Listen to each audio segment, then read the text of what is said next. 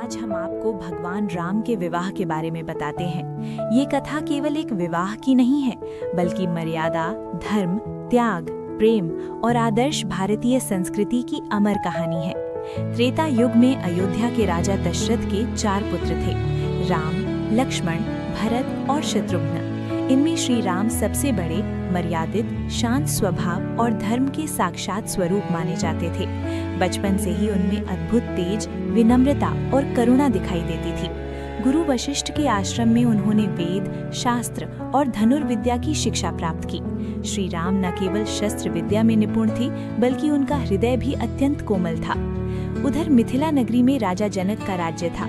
राजा जनक महान ज्ञानी, धर्मपरायण और वैराग्य भाव से युक्त शासक थे। एक दिन जब वे स्वयं हल चलाकर भूमि को जोत रहे थे, तब धरती से एक दिव्य कन्या प्रकट हुई। उस कन्या का नाम उन्होंने सीता रखा।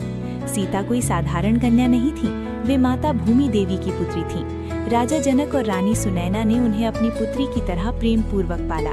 सीता बचपन से ही गुणवान, सौम्य, सेवाभावी और पतिव्रता संस्कारों से युक्त थीं। उनके चरित्र में शुद्धता, धैर्य और करुणा स्वाभाविक रूप से विद्यमान थी। समय बीतता गया और सीता विवाह योग्य हुई।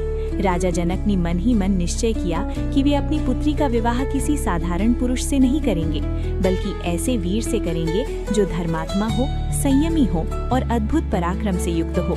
उनके राज्य में भगवान शिव का एक विशाल और अत्यंत भारी धनुष सुरक्षित रखा था, जिसे स्वयं शिव धनुष कहा जाता था। राजा जनक ने घोषणा की कि जो भी वीर उस शिव धनुष को उठाकर उस पर प्रत्यंचा चढ़ा देगा, वही सीता का पति बनने योग्य होगा। इस स्वयंवर की घोषणा चारों दिशाओं में फैल गई। अनेक राजा, महाराजा और वीर योद्धा मिथिला पहुंचे। बड़े बड़े बलशाली राजा आए, जिन्होंने अपने पराक्रम पर गर्व किया था, किंतु कोई भी शिव धनुष को हिला तक नहीं सका।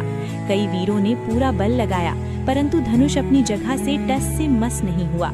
सभा में निराशा छा गई। राजा जनक चिंतित हो उठे कि कहीं उनकी प्रतिज्ञा व्यर्थ न हो जाए। इसी समय अयोध्या में महर्षि विश्वामित्र का आगमन हुआ। वे श्री राम और लक्ष्मण को अपने साथ लेकर राक्षसों के विनाश हेतु यज्ञ की रक्षा के लिए गए थे। मार्ग में उन्होंने श्री राम के अद्भुत पराक्रम को देखा और उनके भीतर छिपी